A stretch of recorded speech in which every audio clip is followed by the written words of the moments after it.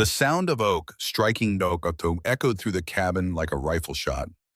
It rolled across the great room with its 20-foot ceiling and its hand-hewn beams past the stone fireplace wide enough to roast a whole elk, past the gun rack holding 3 Winchester rifles and a Sharps buffalo gun that had not been fired in 6 years, past the mounted head of a grizzly bear that Thomas Callahan had killed with a single shot in the spring of 1861, and out through the gaps in the window frames where the November wind was already pushing fingers of cold into every corner of the house. Nathaniel Callahan had just slammed his fist on the desk. Across from him stood a woman in a dark blue traveling dress, her face the color of fresh snow, her gloved hands clutching a carpet bag as though it were the last solid thing in a world that had suddenly gone liquid. Her name was Gertrude. She was 41 years old, a widow from Ohio, and she had arrived at Wolf Ridge 3 hours and 47 minutes ago on a hired wagon that had taken 4 hours to climb the 12 miles of switchback mountain road from Moss Creek. She had come with 2 suitcases, a letter of introduction from Mrs. Adelaide Pruitt, and a smile full of hope. The suitcases were still by the door. The letter lay unread on the desk, and the smile was dead. I do not need a wife. Nate's voice was low and flat, the way a frozen lake is flat, the way the sky before a blizzard is flat. It was the voice of a man who had learned to strip emotion from language, the way a trapper strips hide from bone. Clean, efficient, final. I did not place that advertisement. I did not ask anyone to send you here. The next wagon down to Moss Creek leaves at 4 o'clock. I will pay your fare back to Cheyenne. Gertrude did not need to hear it twice. She turned, collected her suitcases with the mechanical precision of a woman who had rehearsed this possibility on the month-long ride up the mountain, and walked out the front door into the November cold. 10 minutes later, the sound of the wagon wheels grinding against frozen dirt faded down the switchback road, swallowed by the vastness of the Bighorn Mountains, and Wolf Ridge was silent again. Nate stood at the window and watched her go. He always stood at the window. 23 times now he had watched a woman leave Wolf Ridge through this same glass, down this same road, disappearing around the same bend, where the ponderosa pines grew so thick that the trail seemed to close behind whoever passed through, as though the mountain itself were sealing the exit. Each time he felt the same thing. Relief that came first sharp and immediate, like the gasp of air after being held underwater. And then underneath, spreading slow like blood through snow, the emptiness that he would never admit to any living soul, but that Martha Briggs could read on his face the way Colt Graves read tracks in fresh mud. Martha was standing in the kitchen doorway. She was 58 years old, silver-haired, built like a fence post, and she had been the housekeeper of Wolf Ridge since before Nate could walk. She had cooked 10,000 meals in that kitchen. She had birthed calves, set broken fingers, stitched wounds that would have made a field surgeon wince, and buried both of Nate's parents with her own hands. She feared God, respected weather, and tolerated nonsense from no man alive, including the one who paid her wages. 23, Martha said. It was not a question. I can count Martha. Your mother would have something to say about this. Nate did not answer. He did not turn around. Because if he looked into Martha's eyes, he would see what he was trying not to see in his own reflection. Not loneliness. He had tamed that years ago the way you tame a horse that bites, not by breaking it, but by learning to live with the teeth. What he would see was waste. He was 32 years old. He owned a mountain stronghold that his father had built from nothing over 30 years. 3 cabins, a 2-story main house, a stable, a tannery, a storehouse packed with furs worth thousands of dollars. Trap lines running 300 square miles through some of the richest hunting ground left in the American West. A spring-fed creek that provided water to 20 ranches and the entire town of Moss Creek in the valley below. And at night, one man sitting alone by a fire big enough for 10, listening to the wind, talk to the mountain in a language he understood better than any human tongue. Wolf Ridge was not a ranch. It was a fortress. Thomas Callahan had built it that way on purpose. He had come to Wyoming in 1850, a Scottish immigrant with a compass, a rifle, and a stubbornness that the mountain itself seemed to recognize as kindred. He chose this spot 7,500 feet up the western slope of the Bighorn Range for 3 reasons. First, the water. Callahan Creek began as snowmelt on the peaks above and ran straight through the property before cascading down to the valley, which meant that whoever held Wolf Ridge held the water supply for the entire region. Second, the fur trade route. The only trail connecting the rich northern hunting grounds to the Moss Creek trading post ran directly through Wolf Ridge land, which made Thomas not just a trapper, but a gatekeeper. Third defense. The cabin sat with its back against a granite cliff, face its front overlooking the valley, and its flanks protected by dense stands of ponderosa pine and Douglas fir. In 1850, there was no law in Wyoming except the law of survival, and Thomas Callahan had survived. Now in November 1884, Wyoming had sheriffs and courts and senators and the distant promise of statehood. But Wolf Ridge still felt like what it was, a fortress built by a man who trusted mountains more than people. And his son lived inside it the way a wounded animal lives inside its den, venturing out for necessity, but always returning to the dark. To understand why you had to go back 4 years. Catherine Prescott was the daughter of Ezekiel Prescott, who owned a cattle ranch in the valley below Wolf Ridge. She had golden hair that caught the light like aspen leaves in October, and a laugh that Nate swore he could hear through 3 ridges of timber. He had courted her for 2 years with the earnest clumsiness of a man who understood elk migration patterns better than he understood women. He gave her a young mare that he had gentled himself over 6 months, whispering to it every evening until it would eat from his palm.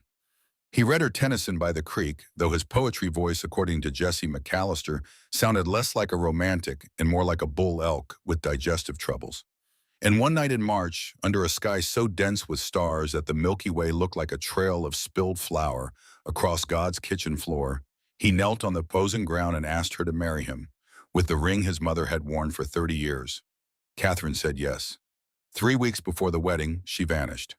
The truth arrived the way truth always arrives in small towns, not announced, but whispered. At the Moss Creek General Store, at the barber shop, at the post office where letters were everyone's business because everyone knew everyone's handwriting. Catherine had been writing in secret to a man named Douglas Harrington, a railroad investor from Chicago. A man who owned more money in his bank account than Wolf Ridge was worth in land and furs combined. Harrington lived in a city with theaters, dress shops, cobblestone streets, and gas lamps that burned all night. He offered Catherine everything that Wolf Ridge could not. She married him within the month. Nate did not chase her. He did not write. He did not drink himself into oblivion, though he wanted to because his father had warned him once, sitting in this very room, whiskey in hand, that Callahan men feel too much and must never give their feelings liquid fuel. 1 glass a night, Thomas had said. Never more, because a Callahan drunk is a Callahan destroyed. What Catherine's departure taught Nate was worse than betrayal. Betrayal he could have fought. What she taught him was that the thing he loved most in the world, this mountain, this silence, this vast and ancient emptiness, where the wind spoke and the elk moved and the seasons turned with the mechanical precision of a clock made by God, this was the thing that drove people away.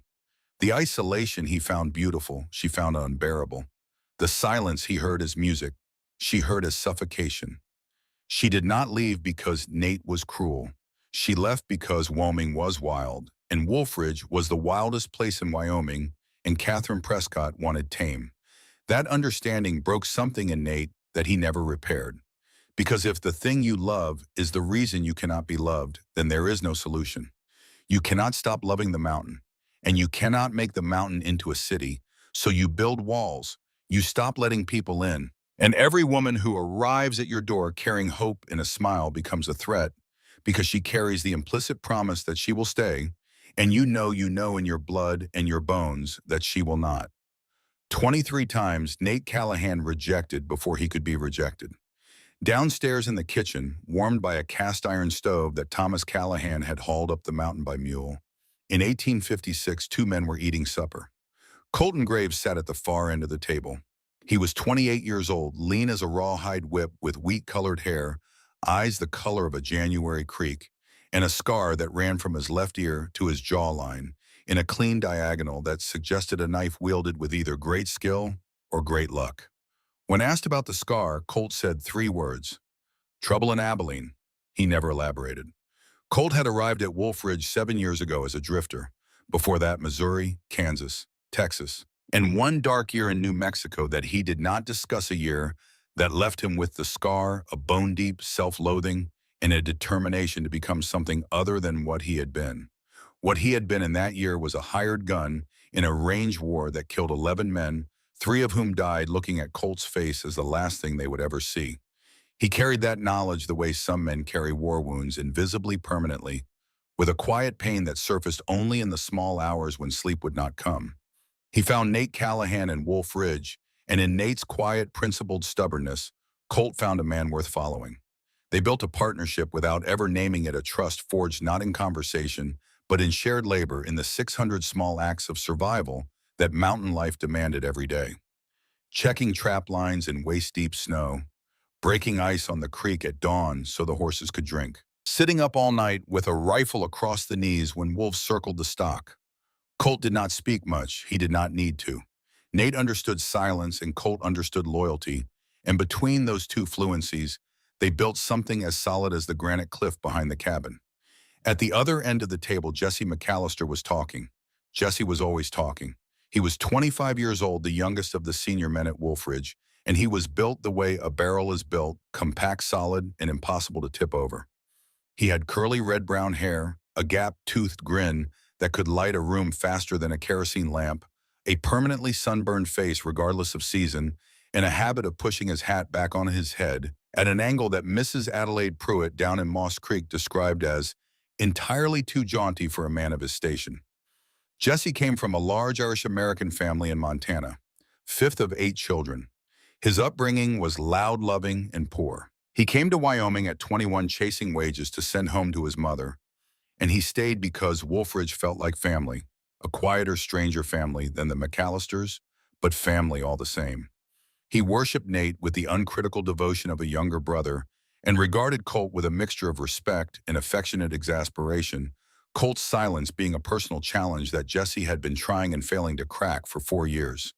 At this moment, Jesse was describing with elaborate hand gestures his third encounter with a bull elk that he was convinced harbored a personal grudge against him. "I am telling you, Colt, that elk looked at me, not past me, not through me, at me with contempt, personal contempt, like I owed him money." Colt cut his venison stew into smaller pieces. No response. "Are you hearing me?" "Hearing you. That is it. I just delivered a gripping tale of interspecies conflict, and you give me 2 words." Colt looked up. One corner of his mouth moved approximately 1/8 of an inch upward. This was the Colt Graves equivalent of a standing ovation. Jesse considered it a major victory. Martha placed a fresh pan of cornbread on the table. Number 23 just left. The Ohio Widow lasted 3 hours and 47 minutes. Jesse whistled. New record. No, the Kansas girl number 17 lasted 2 hours and 31 minutes. But in fairness, Nate was in a particularly foul mood that day because the bay mare had kicked through the east fence. "He needs a woman," Jesse said, and his voice shifted, the laughter draining out of it the way water drains from a cracked bucket, leaving something heavier underneath. "Not because of the stronghold, because of him. I see how he sits by that fire every night, Colt. Nobody should stare into fire that long. You start seeing things that are not there. Or worse, you start seeing things that are." Colt stopped cutting his venison. A silence passed between them that carried the weight of years shared on a mountain. Then Colt nodded, a small nod, but Jesse understood. Agreement. That night, while the first blizzard of winter gathered its strength over the Bighorn Peaks, Wolf Ridge settled into darkness. 15 seasonal trappers slept in the 3 bunkhouse cabins. Martha banked the kitchen fire. Jesse cleaned his rifle by lamplight, humming an Irish song his mother had taught him badly. Colt patrolled the horse stable, checking each animal, each lock, each shadow, the way he did every night, because Colt had learned long ago that the things that kill you come in the dark and they do not knock first. In the study that had been his father's, Nate sat alone before a dead fireplace with a glass of whiskey, the one glass, and stared at the cedar chest on the desk, his mother's chest. It contained Margaret Callahan's collection of frontier sketches, ink and charcoal drawings she had made over 30 years of life on this mountain, and Nate had not opened it since the day Catherine left. But he had not moved it from the desk either. It sat there like a question he could not answer and could not stop asking. Outside, the temperature dropped. The pines groaned under wind. Snow began to fall, thickening as the storm found its rhythm. By midnight, visibility on the mountain road was less than 10 feet, and any sane person would be indoors behind walls with fire and blankets, in the good sense God gave a house cat. Colt was in the south stable when he saw it, a shape on the road, moving uphill, on foot, not on horseback, Not in a wagon, on foot, alone, in the dark, in a blizzard, climbing a mountain. Colt stood still for one full second before his body caught up with his brain, and he moved toward the figure with the long, silent stride of a man who had spent a lifetime learning to walk without being heard. He whistled for Jesse, the sharp two-note whistle that meant come now. When Colt got close enough to see clearly through the driving snow, he realized the shape was a young woman. She wore a gray wool coat that was at least 2 grades too thin for Wyoming mountain weather, a bonnet that the wind had shoved sideways, and she was dragging a small leather suitcase, the cheap kind, worn at the corners, the kind owned by people who did not have enough possessions to justify a better one. She was shaking. Her entire body trembled with a violence that seemed almost mechanical. Her lips were the color of a bruise, but she was still walking. Step after step, uphill into the wind, with the relentless forward momentum of someone who had decided that stopping was not an option and had burned that bridge so thoroughly that even the ashes were gone. Colt stepped into her path. "Ma'am, storm is coming hard. You should not be out here." She looked up at him. Her eyes were hazel large, and they held something that Colt recognized instantly because he had carried it himself for half his life. The look of someone who had nothing left to lose, and instead of making them weak, that knowledge had burned away everything that was not essential and left behind a core of pure concentrated determination. "I am looking for the Callahan place, Wolf Ridge. You are standing on it." "Good." She tightened her grip on the suitcase. "My name is Eliza Thornton. I came from Nebraska. I answered the advertisement in the newspaper." Colt understood immediately. Bride number 24. Jesse arrived eyes wide. "Colt, I got Nate. He is coming." He saw Eliza. "Oh, hello, ma'am. You walked up here, up the mountain in a blizzard." "My hired wagon broke an axle 9 miles down. The driver turned back for repairs. I did not want to wait." "You walked 9 miles up a mountain in the snow with a suitcase. Ma'am, and I mean this with the greatest respect.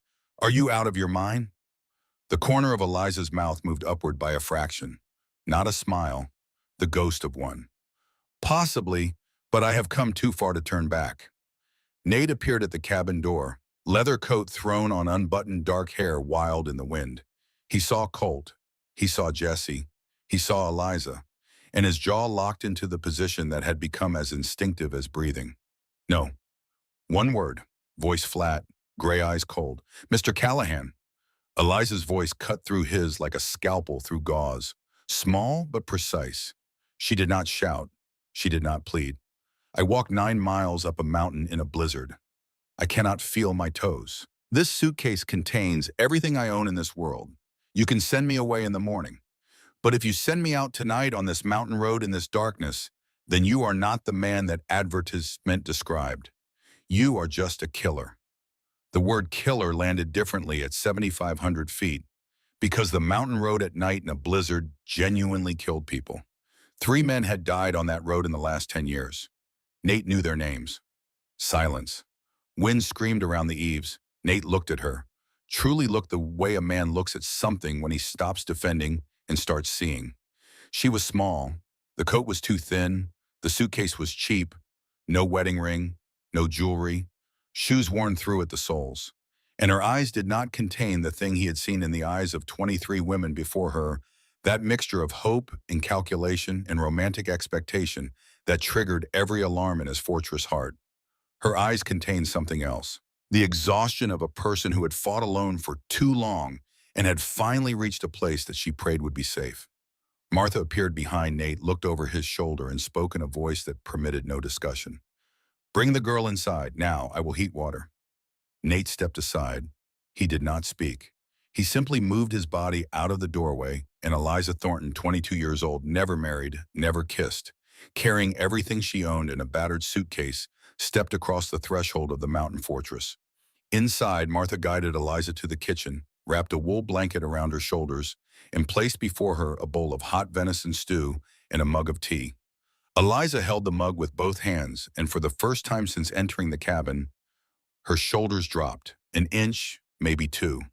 But Martha noticed because Martha always noticed, and she understood that those shoulders had been carrying something heavier than a suitcase. Nate stood in the kitchen doorway, not entering, not leaving, watching. Where do you come from? Martha asked softly. Nebraska, outside Lincoln. Alone? Alone. Family. Eliza set down the mug. My father died when I was 17. Samuel Thornton. He was a wheat farmer. He taught me to read from the family Bible and to keep accounts in a ledger book. My brother William died of typhoid 2 years later. He left the farm to his wife Margaret, who remarried a man named Harold Fairchild. She said the name the way you say the name of a disease, factually, without emotion, but with the slight tightening of the jaw that tells you the speaker has practiced saying it without emotion many times. Mr. Fairchild is a grain merchant, 41 years old. He decided that I would marry his business partner, a man named Silas Pennington. Mr. Pennington is 53. I have never met him. When I refused Mr. Fairchild informed me that I would be removed from the farm, the house where I was born, with nothing. No money, no belongings, no letters of reference.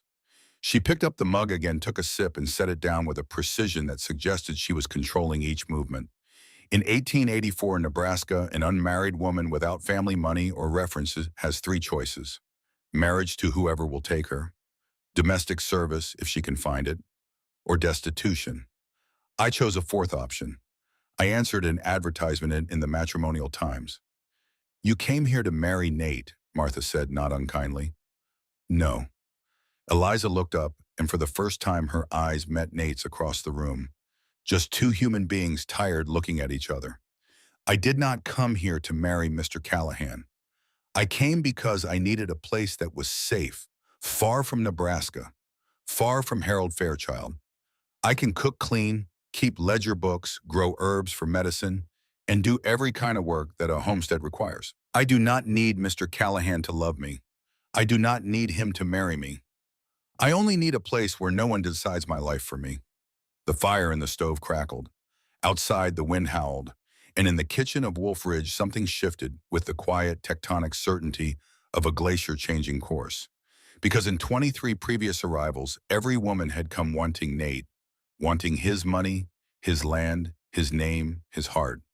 And every one of those wants had triggered the same response, the drawbridge going up, the walls going higher. But Eliza Thornton had not come wanting Nate.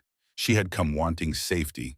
And in the absence of romantic expectation, Nate's defenses found nothing to defend against. 1 week, Nate said. You can stay 1 week. We will see. Then he turned and climbed the stairs, and the sound of his boots on the oak treads was the only sound in the house. Colt was not looking at Jesse.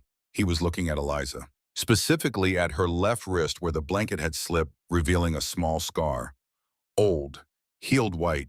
Colt did not know the story behind it, but he recognized the type.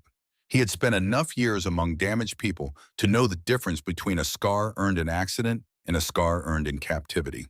Something in his gaze shifted, not softened, focused, sharpened, like steel being honed. He would watch this one.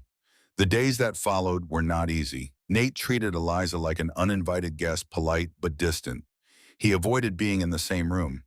He communicated through Martha. When forced to speak directly, he used the shortest possible sentences.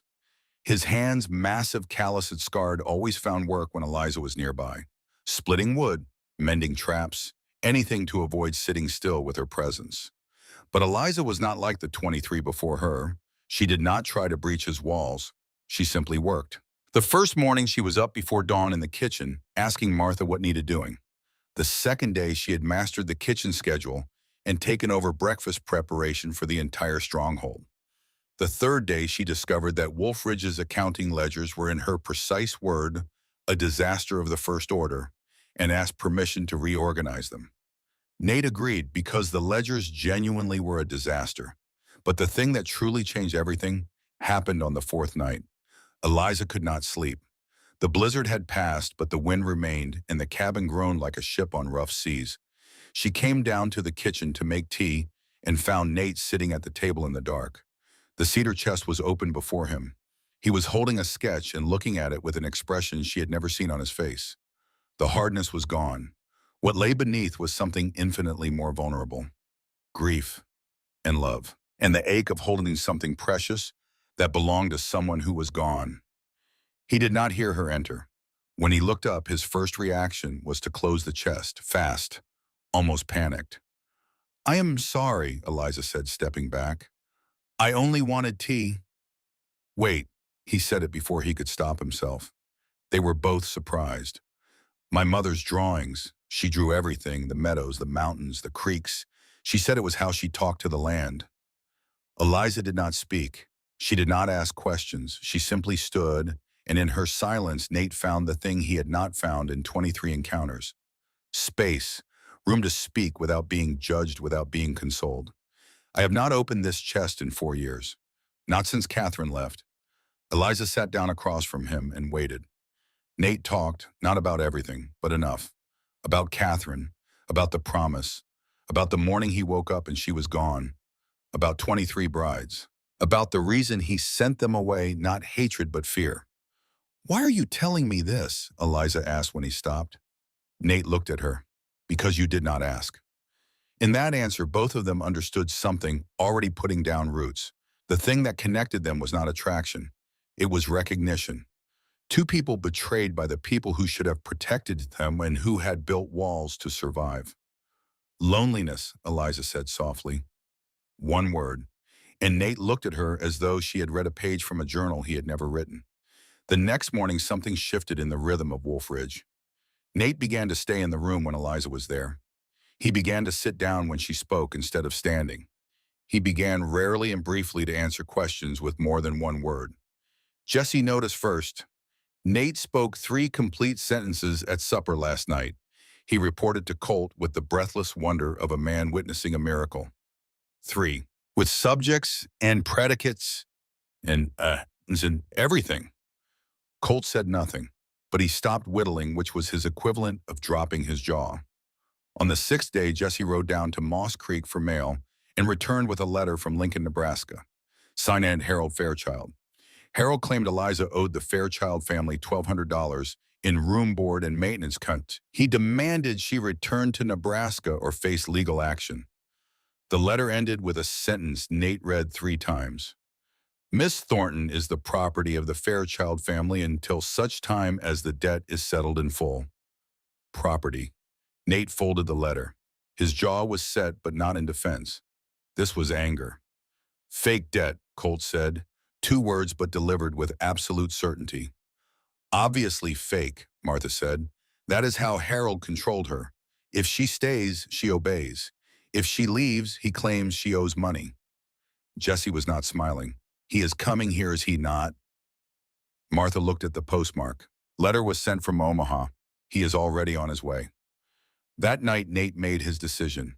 Eliza would stay, not as a bride, as a bookkeeper and assistant to Martha. Fair wages, her own room, no one controls her, no one decides for her. He would tell her in the morning. But before morning came, the mountain sent its own test. It arrived at 2 in the morning, announced not by sound, but by silence. The horses went quiet first. 15 animals in the south stable, all of them breathing fast ears, flat eyes rolling, but not one making a sound.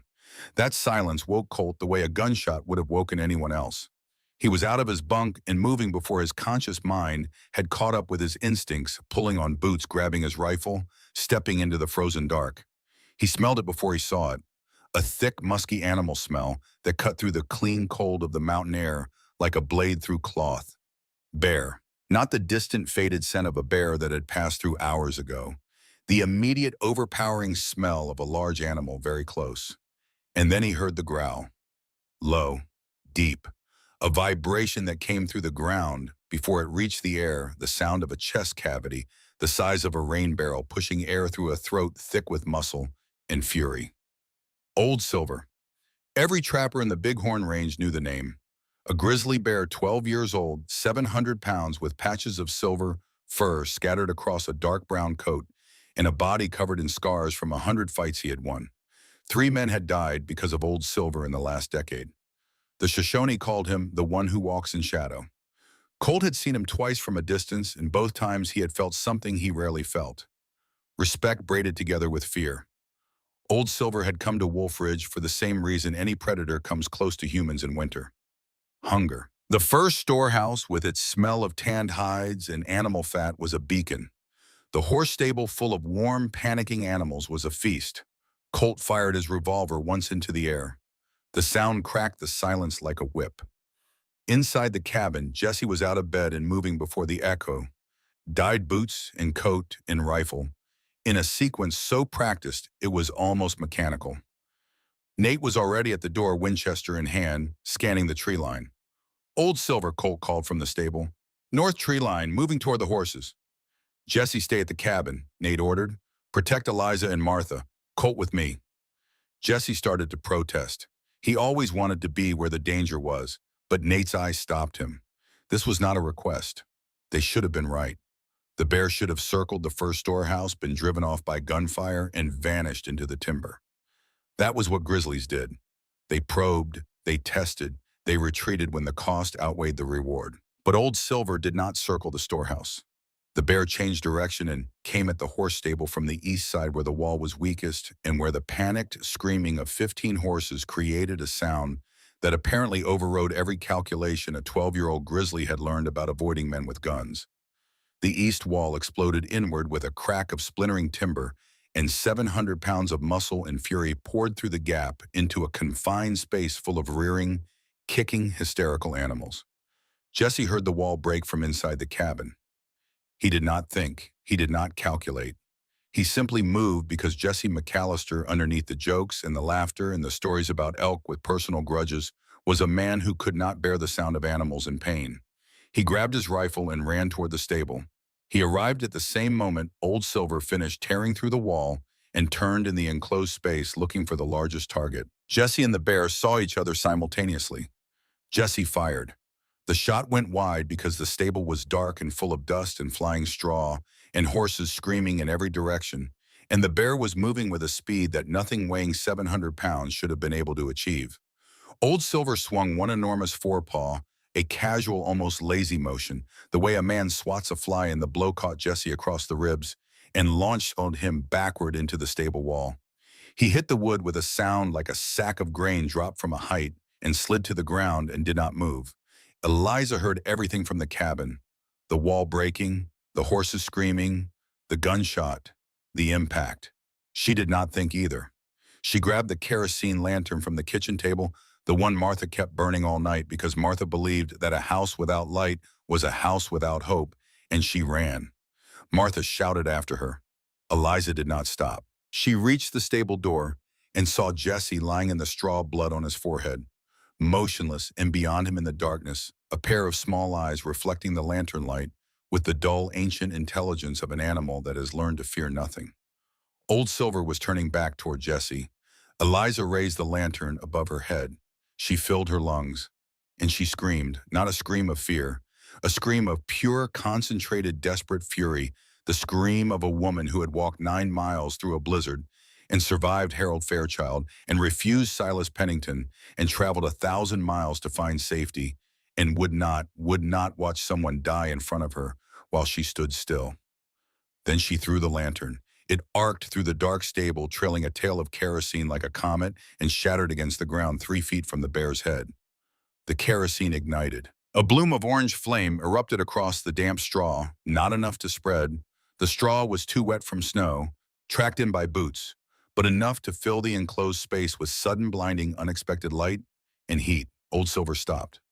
Half a second, 1 full second, the tiny ancient brain behind those small eyes processing the new information.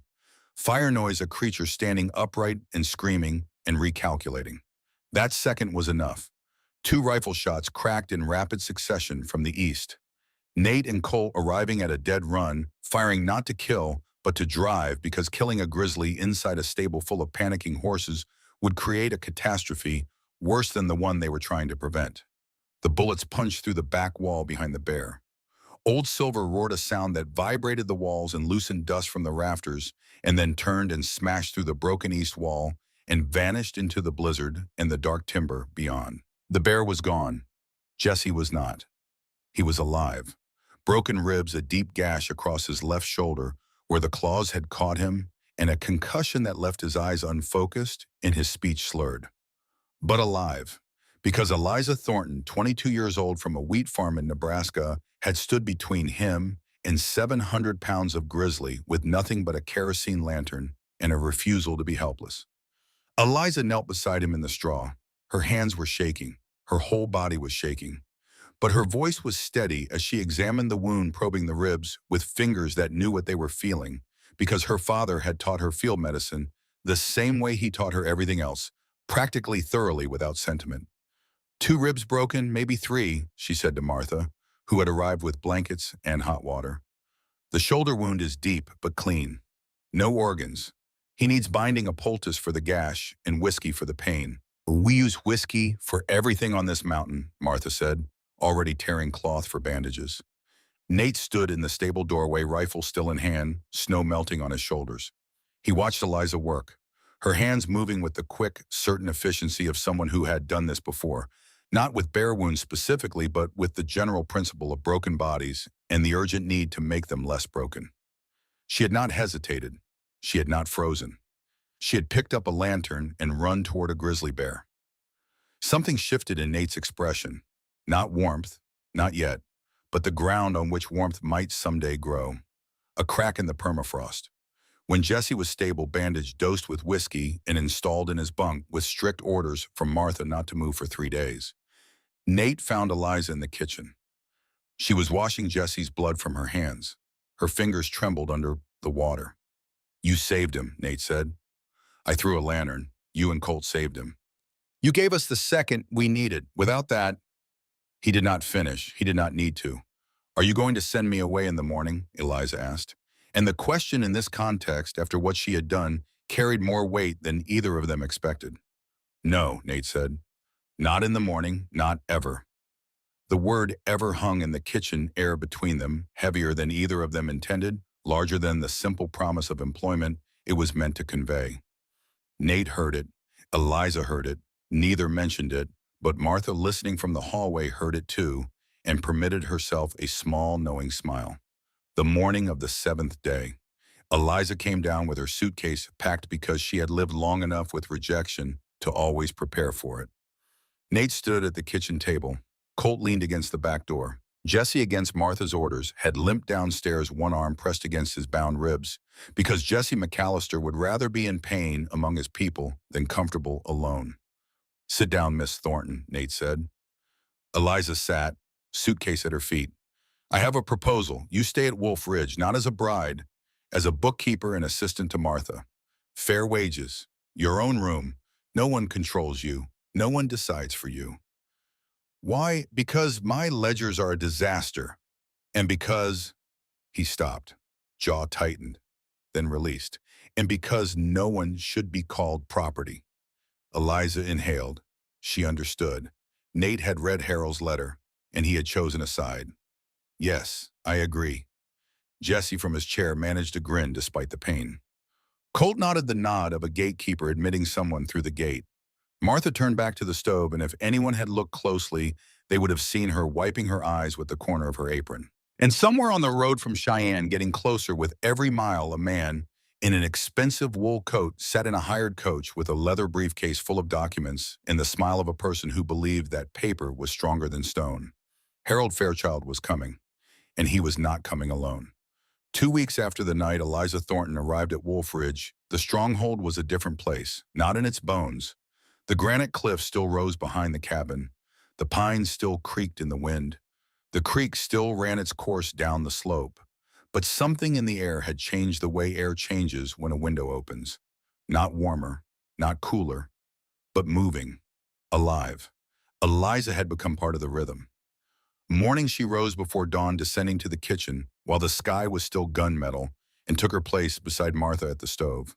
The two women developed a working synchronization that usually took months to build. Martha cooked. Eliza prepared. They moved around each other with wordless precision. Martha taught Eliza Wyoming venison stew, which used wild turnip instead of potato, and Eliza taught Martha her mother's cornbread recipe made with honey instead of sugar, which produced a result so extraordinary that Jesse, upon tasting it, closed his eyes and sat still for 4 seconds, the longest recorded silence of his conscious life. "Miss Thornton," Jesse declared, mouthful crumbs on his chin, "if Nate does not realize you are a miracle, I will propose to you myself." "You do not qualify," Martha said. "You do not even own a chicken." "I have personality." "Personality does not cook supper." Colt at the far end of the table said nothing. But he ate 2 full plates of cornbread. For Colt, that was a speech. Nate still kept his distance, but the distance was shrinking in ways everyone could see except him. He arrived at the kitchen earlier each evening because that was where Eliza sat reading after the day's work. He asked about the ledger's questions that started as business and became conversations. When Eliza discovered the Moss Creek trading post had been overcharging Wolfridge 15% on fur transport fees for 3 years and laid out the evidence in figures so precise they looked like bank audit work, Nate looked at her with an expression Jesse later described to Colton as approximately in the neighborhood of respect or at minimum astonishment. Colt's relationship with Eliza evolved differently. He did not chat, he observed. In the first days, he watched her with the wariness of instincts sharpened by violence, but he also protected her without instruction. When Eliza walked to the stable in the evening, Colt appeared nearby, never speaking, just present. When a trapper named Durkin looked at her too long over lunch, Colt simply stood up from the table. Just stood. Durkin looked elsewhere. One afternoon, Colt handed her a small wooden horse hand, carved detailed enough that the mane seemed to move. Eliza looked at it, then at him. "Thank you." Colt nodded, walked away. The entire conversation. But from that moment, Eliza understood. He was not protecting her because Nate told him to. He was protecting her because he saw in her the innocence he had failed to protect during his dark year in New Mexico. But beneath the surface calm, 3 threats were converging on Wolfridge. The first came from the mountain itself. In the second week of December, a cold snap descended that the oldest trappers said was the worst in 20 years. Temperatures plunged to 35 below zero. Callahan Creek froze solid in places it had never frozen before. The herd of horses and mules, 32 animals, that were the lifeblood of Wolfridge, were grazing in the high western meadow. If the ice sealed the grass before those animals were brought back, they would starve or freeze. Nate gathered his people. "We have to bring the horses down. The only route is through Devil's Funnel." Nobody spoke. They all knew Devil's Funnel, a narrow defile between 2 rock walls at 8,000 feet gravel floor that turned slick as glass under ice sheer drops on both sides 20 meters to a frozen creek bed. In good weather, it was hard. In ice, it killed. Colt would lead. Jesse Ribs, still healing from the night old Silver visited, refused to stay behind. "I will hurt regardless of where I am. At least let me hurt somewhere useful." Eliza asked to go. Nate refused. Too dangerous. More dangerous than throwing a lantern at a grizzly bear. Silence. Jesse bit his cheek to keep from laughing. Colt looked at Nate and said, "She can ride. I checked." Nate looked at Colt with the mild expression of a man betrayed by his most trusted lieutenant. Then at the sky where clouds stacked over the peaks. "Rear group, next to Jesse, you listen to Colt, no exceptions." The rescue took 3 days. Day 1 was manageable. Colt picked the path Jesse sang to keep the horses calm, his voice not good but steady in a way that animals responded to. Eliza rode beside Jesse, solid in the way of someone who learned horsemanship on a working farm. Day 2, the storm arrived. Wind built through the morning snow fell sideways. Temperatures dropped so fast you could feel the cold arriving like a wall. 5 horses broke from the group and bolted toward Devil's Funnel. Nate sent the main herd on with Colt. He, Jesse, and Eliza pursued the breakaways. Devil's Funnel in ice. Granite walls glazed like glass. Gravel invisible under frozen meltwater. On both sides, the 20-meter drop to a creek bed where 3 years ago a trapper named Henriksen fell with his mule and was found in the spring thaw, his expression suggesting the fall gave him time to understand what was happening, but not time to make peace with it. Nate and Jesse went in first, turning the horses back. Eliza held the rear, and while turning a stubborn stallion, her horse lost its footing on the ice. Time slowed. The horse leaned left, toward the drop. She pulled the reins right, but the weight had shifted, and physics, which does not negotiate and does not care about courage, took over. The horse tilted. The edge appeared beneath them like a mouth opening. Below 20 meters of nothing, then rock. Nate reacted on instinct. 18 years in the saddle on terrain that killed the careless. He wheeled his horse, drove it forward across the slick ground, reached Eliza at the moment her horse went over the edge. His hand closed around her arm. The horse fell. The sound it made, the long descending scream followed by impact below, was a sound none of them would forget. But Eliza did not fall. Nate held her. He pulled her onto his saddle, and for 10 seconds, two people sat on one horse on the edge of a 20-meter drop, while wind howled around them and Nate's arm was around her waist with the force of a man who refused to let go of one more person. I have you. His voice close to her ear, low, steady, and for the first time not flat. A tremor so small only someone pressed against his chest would feel it. I have you. They lost the horse. The breakaways were gathered. And when they returned to base camp where Colt waited with fire and coffee, because Colt understood that people you send out need someone standing in the light when they come back, Eliza rode in front of Nate on his horse, her back against his chest, and neither spoke for 7 miles. The silence was not empty or defensive. It was the silence of two people who had looked at death together and chosen life. Eliza had sprained her wrist and bruised her shoulder. Martha wrapped the wrist and ordered rest. Eliza obeyed for 1 day. The second morning, she was in the kitchen at 4. Stubborn, Martha said. Practical. 15 people need breakfast. Martha looked at her with the expression a mother gives a daughter. Not biological. Chosen. The second threat arrived on foot. Harold Fairchild appeared in Moss Creek 10 days after the cold snap broke. He came from Cheyenne wearing an expensive wool overcoat, carrying a leather briefcase. He treated with the reverence most men reserve for loaded weapons.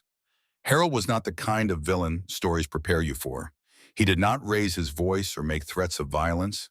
His danger lay in his respectability and his administrative ruthlessness. He destroyed futures with paperwork and signatures while smiling and offering tea. Harold spent the afternoon conducting reconnaissance in Moss Creek. By evening, he knew everything. Eliza was at Wolf Ridge. She was working for Callahan. The town was talking, and Mrs. Adelaide Pruitt, the self-appointed matchmaker whose 23 candidates had all failed, was particularly irritated that the Nebraska girl had succeeded. Colt learned Harold had arrived through his network of informants, trappers, and bartenders cultivated over 7 years. Fairchild is in Moss Creek. Briefcase, papers, good suit. Who has he met with? Pruitt, Braddock the sheriff, the banker. The banker. Nate's eyes narrowed. He is building position, not attacking head-on, encircling.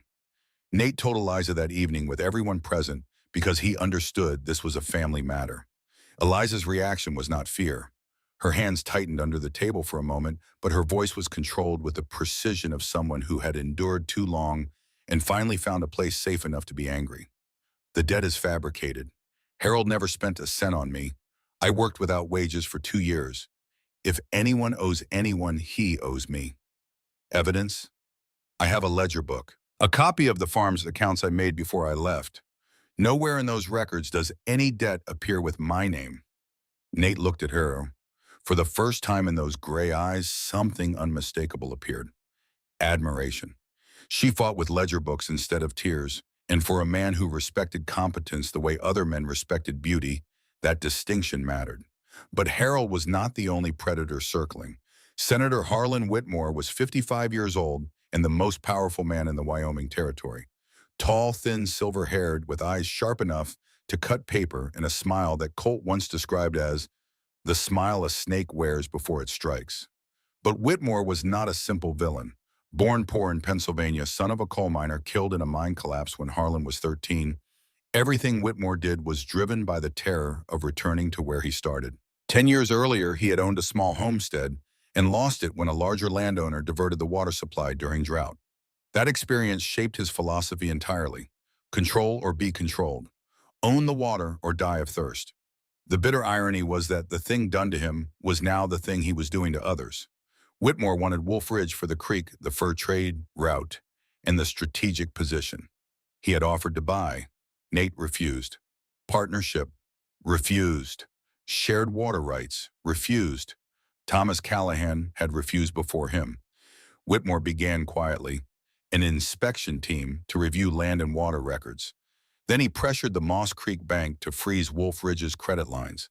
The isolation was slow, systematic, and devastating. Colt discovered the connection on a Tuesday evening. Fairchild met with Whitmore's man, private room at the hotel, 2 hours, not social. Whitmore had recruited Harold. The senator needed a tool to destabilize Wolf Ridge and Harold with his fraudulent debt And legal pretensions was perfect. Harold provided the chaos. Whitmore provided the political muscle. A pincer movement closing on the mountain. When Colt delivered this information, Nate stood by the fireplace, his back to the room, silent for 5 minutes. Martha spoke from the kitchen. Thomas dealt with something like this 30 years ago. A politician wanting water. He won with truth, not guns. My father had 30 years of reputation, Nate said. I have rumors about an unmarried girl living in my house. The rumors had already started. Harold was feeding them, implying without stating that the arrangement between Eliza and Nate was improper. The town was splitting. Businesses began running out of items when Jesse came to buy. The blacksmith became too busy. The post office developed delays. But Eliza was not the kind of woman who sat still while storms gathered. She wrote letters to 3 women in Lincoln she trusted. Mrs. Sarah Whitfield, the fabric shop owner. Miss Ann Peters, the school teacher. Mrs. Eleanor Grant, the minister's wife. She asked each for written confirmation that she had lived and worked without wages at the Thornton Fairchild farm and that no debt existed. 3 signed witness confirmations arrived within 2 weeks. Then Eliza opened the cedar chest. Nate gave permission after 2 days of internal struggle. What Eliza found surprised her. These were not amateur sketches. These were art. Ink and charcoal drawings of the frontier rendered with extraordinary detail. Margaret Callahan had documented 30 years of mountain life, the peaks, the creek, the horses, the Shoshone families, the endless sky. A visual record created by a woman in one of the most remote places in America, documenting a world already disappearing.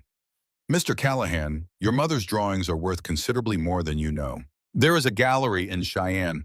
If you will allow it, I would like to take a few pieces for appraisal. His jaw locked. I am not selling my mother. I'm not asking you to sell your mother. I am asking you to let the world see how she saw this land. A long silence. Then something in his eyes shifted. Not walls coming down, a window opening. Because Eliza had not said the drawings were valuable. She had said they were a way of seeing, and Nate understood that keeping his mother's work locked in a dark chest was not protecting her. It was silencing her. All right, but you do not go to Cheyenne alone. Jesse went with her. Colt stayed to guard the stronghold. At the Pemberton and Hale Gallery in Cheyenne, the English art collector Alistair Pemberton nearly fell from his chair. 30 years of first-hand frontier documentation from a woman's perspective. Do you understand how rare this is? $8,000 for 12 pieces, enough to cover every frozen credit line, buy winter supplies, and hire a lawyer. But Eliza did not decide alone. The decision belonged to Nate. While she was in Cheyenne, Harold came to Wolf Ridge directly. No warning. I am Harold Fairchild from Lincoln, Nebraska. I am here to speak with my niece. Miss Thornton is not here, Martha said, her voice like steel wrapped in velvet. I will wait. You will wait outside. Madam, I have legal documentation. You have paper. Colt stepped into the doorway. His presence filled it in a way that had nothing to do with size and everything to do with stillness. Paper does not carry weight on Wolf Ridge. Sheriff Braddock is in Moss Creek if you want to discuss law. Harold assessed him the way a businessman assesses risk. What he saw was not a bluff. I will return with a lawyer and court papers. You do that. Colt closed the door. When Eliza returned, Jesse delivered additional news that changed everything. Catherine Prescott is back in Moss Creek. The name landed like a stone in still water. Catherine now. Catherine Harrington had arrived from Cheyenne.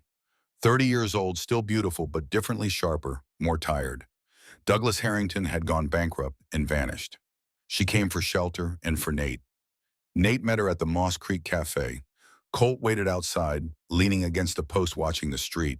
Catherine cried, told him about the bankruptcy, said she had been wrong, said she missed him. Nate listened to all of it, his coffee untouched, his jaw set, his gray eyes focused on her face with attention that was no longer warm. The attention of a man looking at his past and understanding that the past was exactly where it belonged. I forgive you, Catherine, but I am not what you need.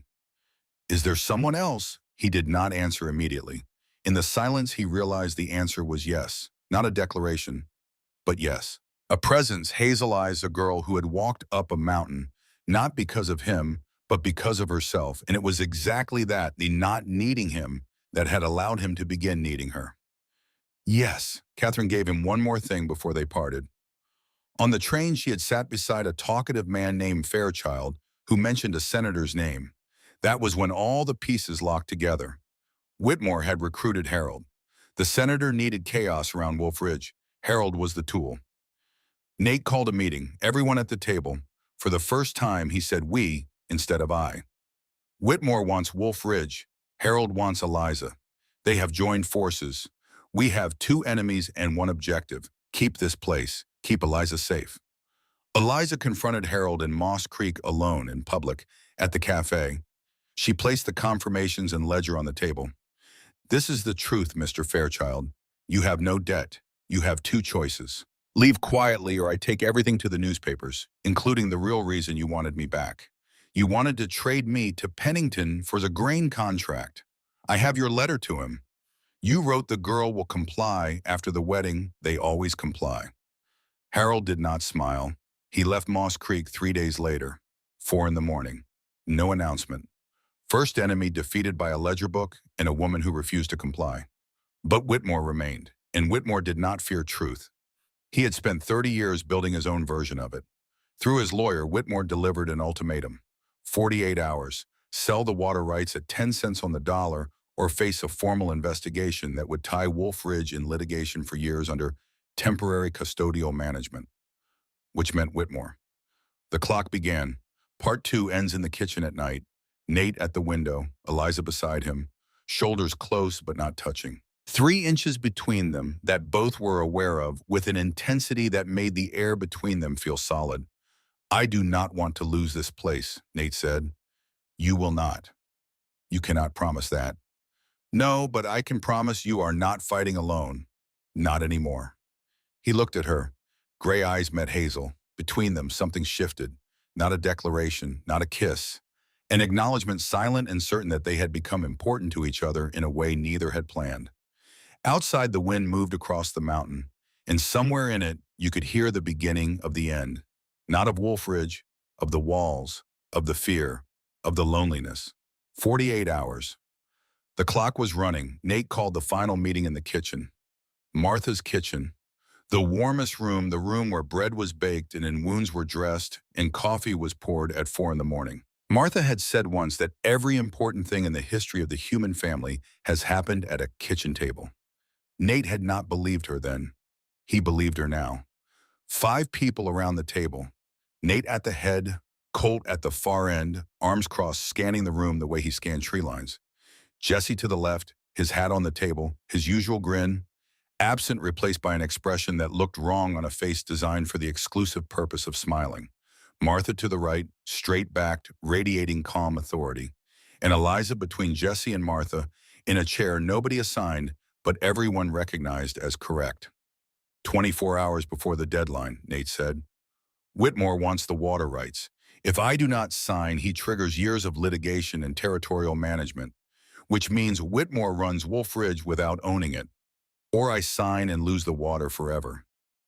There is a third choice, Eliza said. She sat with her hands flat on the table, her hazel eyes focused on some middle distance, where the problem existed as a shape she could see. Whitmore operates in darkness. The bank freeze was through intermediaries. The inspection papers were never filed with the actual territorial office. His alliance with the Herald was in private rooms. His power depends on secrecy. If we open those doors, if we drag everything into daylight, he loses. What daylight? The Cheyenne Daily Leader. They have been running a series on land corruption. If we give the editor real evidence, the ultimatum, the inspection records, the bank pressure, the Fairchild connection, that is a front-page story. A senator using his office to seize private land and water. Colt nodded, quick, decisive. Jesse smiled, the first real one in days. Martha said quietly, like Margaret, she used a pen instead of a sword too. Nate had not agreed. You know the risk. If Whitmore survives the scandal, he comes back 10 times harder. I know. The story will mention you, your name, your past, Harold, everything. I know. And you still want this, Nate. She said his name, and the sound of it spoken without the formal distance of Mr. Callahan rippled through the room. Jesse heard it. Colt heard it. Martha looked down at her hands. I lived 2 years in Harold's shadow because I was afraid of light. I will never do that again. The plan divided into 3 parts. Jesse would ride to Cheyenne 45 miles through the Cumberland Pass shortcut carrying every document to the editor, Thomas Garrett. Colt would guard Wolf Ridge. Nate would ride to Moss Creek and face Whitmore directly, not to negotiate but to buy time. Every minute Nate consumed at that table was a minute Whitmore was not thinking about Cheyenne. Jesse left before dawn. He stood before Eliza in the pre-dawn dark breath, a white cloud gap, toothed grin, visible even in faint light. If this were a fairy tale, I would be the knight riding out to save the castle. But this is Wyoming, so I am just a mountain man carrying mail. Less heroic, but no less important. Be careful, Jesse. My mother says I am too important to die young. He winked. Then he mounted Whiskey, the fastest horse at Wolf Ridge, and rode into the dark. The sound of hooves faded, and the mountain swallowed him. Eliza watched until she could no longer hear the hoofbeats. Colt stood behind her. He will be fine, not comfort. Fact. Nate left an hour later for Moss Creek. At Whitmore's lawyer's office, he sat down and began to negotiate, not to reach agreement, but to consume hours. Each question 10 minutes, each objection 20. He asked about terms, rates, schedules, exceptions, contingencies, and the specific definition of temporary as it applied to custodial management, a question that generated 45 minutes of circular conversation. Hour 6, Jesse changed horses at the relay station, pushed on. Hour 8, Whitmore's patience fractured. I require an answer, Mr. Callahan. I require more time to review Section 7, Subsection 3. That is standard. Nothing is standard when it concerns water. And in that sentence was an echo of Thomas Callahan, who had said the same thing to a different politician 30 years earlier. Hour 10, Jesse reached Cheyenne, found the Daily Leader office, dropped the leather bag on Thomas Garrett's desk. Sir, you need to read this right now. Garrett was 52, a newspaper man since 16 with a nose for corruption as reliable as a compass. He read everything twice, then looked at Jesse with the expression of a man handed the story of the year. How much time do I have? The deadline is tomorrow morning. Garrett was writing before Jesse finished the sentence. Hour 12, Wolf Ridge. Night. Eliza on the front porch wrapped in wool watching stars. Colt beside her whittling a wooden horse with 2 riders on its back. 20 minutes of silence before Eliza spoke. Are you afraid, Colt, of what tomorrow? He stopped whittling, looked at her directly, something he almost never did because for Colt, direct eye contact was an act of intimacy. His gaze held something different in the starlight. Honesty, unguarded. I fear many things, not tomorrow. What? A long pause. He looked at the horse in his hands, the 2 tiny carved riders. Becoming the man I used to be. 6 words. The longest and most personal thing he had said to anyone in 7 years. The drifting, the dark year, the gun for hire, the men who died looking at his face, and the slow daily work of becoming someone worthy of this mountain and the people on it. Eliza did not ask more.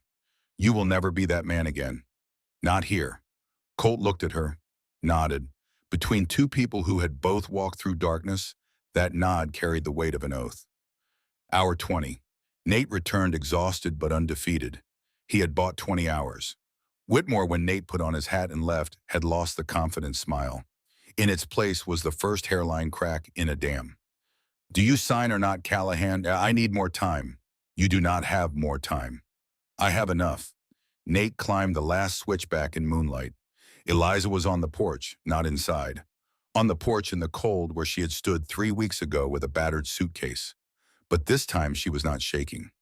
She stood steady, auburn hair loose because the pins had given up hours ago, and when Nate climbed the steps, Eliza did something she had never done. She reached out and touched his arm, just fingertips on the leather of his coat sleeve. Nate stopped completely. He looked down at her hand with an expression that contained surprise and fear and gratitude, and something he had no name for. And for one moment, his face, usually so controlled, simply let them all exist. Jesse made it. The story runs tomorrow morning. He exhaled, a long breath carrying the weight of weeks. Thank you. For what? For being here. In the December twilight sky, burning red above the Bighorn Peaks, they stood side by side and the distance between their shoulders disappeared. Not because either stepped forward, because they both leaned in, the way two trees grow toward the same source of light. If everything goes well, Nate said, barely louder than the wind, there is something I want to ask you, but not today. I will be here when you are ready. Morning, the Cheyenne Daily Leader hit the streets with the sunrise. Senator Whitmore's water grabbed the Wolfridge scheme. Everything.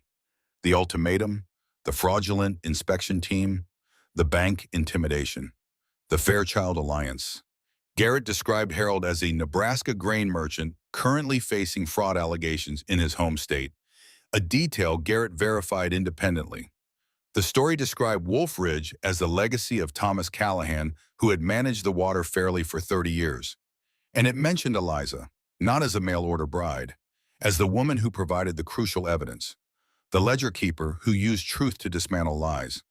Cheyenne erupted. Dozens of protest letters hit the territorial offices. Other senators demanded investigation. In Moss Creek, the townspeople who had been pulling away began returning. The general store had stock again. The blacksmith's schedule open. The post office delivered mail on time. The small, slightly shameful recalibration of a community that had allowed fear to override decency. Whitmore did not fall dramatically. He resigned, citing health concerns, the phrase everyone understood as admission, without admitting. He left on an eastbound train. Catherine Prescott took a westbound one to Denver, and Jesse mentioned it in passing one evening, the way you mentioned weather as a fact that had settled and no longer required discussion. But there was a moment Nate learned about through Garrett. In his office packing papers, Whitmore had paused at a window and looked west toward the Bighorns. Callahan's father said the same thing to me, 30 years ago. Nothing is standard when it concerns water. I should have listened the first time. The closest Whitmore would ever come to acknowledging what he had done. Jesse returned on the fourth day riding up the switchback on a borrowed horse because whiskey had thrown a shoe. He arrived to a welcome that embarrassed him. I just rode a horse and delivered papers. Eliza is the genius. I am the postman. You are more than that, Eliza said. I know. I am also extremely handsome, but I try not to lead with that. Later that evening, Jesse sat at the kitchen table writing a letter. Not to a lawyer, not to a newspaper. To his mother in Montana. For the first time in 2 years, he did not write that everything was fine. He wrote the truth. He wrote about Patrick, his brother, who died in the Butte mine, and the guilt he carried for not being there. He wrote about Wolfridge and Nate and Colt and Martha. And he wrote about Eliza Thornton, who threw a lantern at a grizzly bear to save his life. And he told his mother that he had found on a mountain in Wyoming a family he did not know he was looking for. When he sealed the envelope, his eyes were wet, and he did not bother to deny it because there was no one in the kitchen to deny it to, and even if there had been, Jesse McAllister was learning that tears were not weakness. They were proof that you still cared about something enough to hurt. The sale of Margaret's sketches was completed the following week. Pemberton traveled from Cheyenne to finalize in person. When he saw Wolfridge, the cliff and the pines and the creek running silver and the peaks white against a sky so blue it hurt, he stood on the porch for a full minute. Then he turned to Nate. Now I understand. She was not drawing pictures. She was writing letters to the land. $8,000. Enough to clear every credit line, buy winter supplies, hire a Cheyenne lawyer specializing in water rights. The mountain was secure, but the real question arrived in the silence that followed. The silence of a house where danger has passed and the people inside must decide what they are to each other without crisis making the decision for them. Eliza's contract was expiring. Harold was gone. Whitmore was gone. The books were balanced. She no longer needed Wolfridge as a refuge. She had skills, reputation, savings, and a name known across the territory. She could go anywhere. For the first time in 22 years, she possessed genuine freedom, the kind not given but earned, built from courage, incompetence, and the stubborn refusal to be owned. That freedom was the final test. Because if she stayed now, it was because she chose to. And choice meant trust. Trust meant vulnerability. Both of them, the man abandoned by Catherine and the woman controlled by Harold, had built lives around avoiding exactly that risk. The conversation happened on an ordinary December afternoon. Not at night, not during a blizzard. Light snow falling meadow white to the horizon, chimney smoke rising straight in windless air. Eliza in the study finishing quarterly accounts, the last task before her arrangement ended. Nate entered, closed the door. Eliza. Nate. He sat across from her, hands on the desk, open palms up. The fists were gone.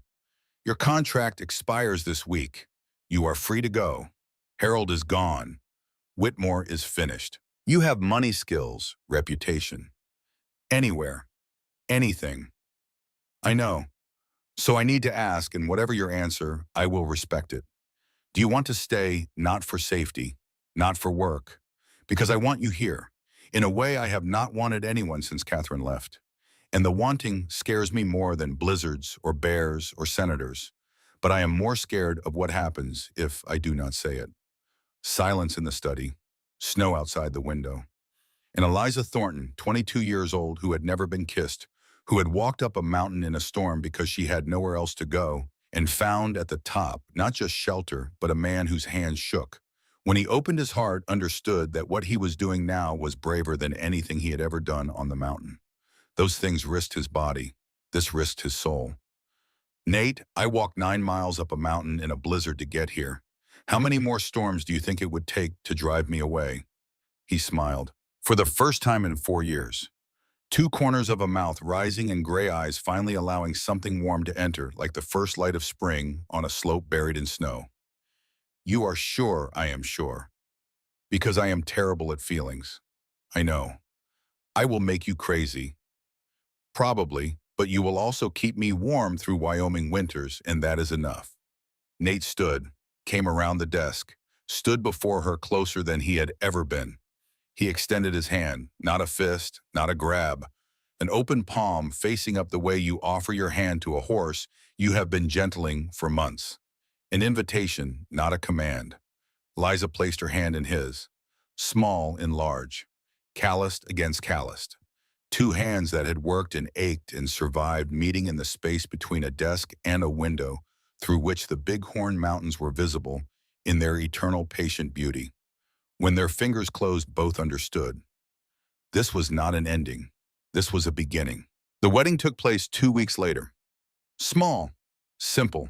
In the great room before the stone fireplace Thomas Callahan had built from granite, he quarried himself.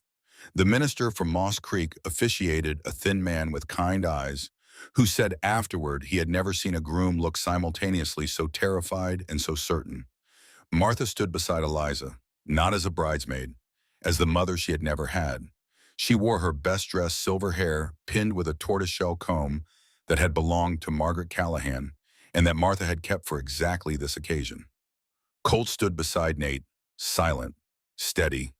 In his right pocket, his fingers closed around the last wooden horse he had carved. This one had 2 riders.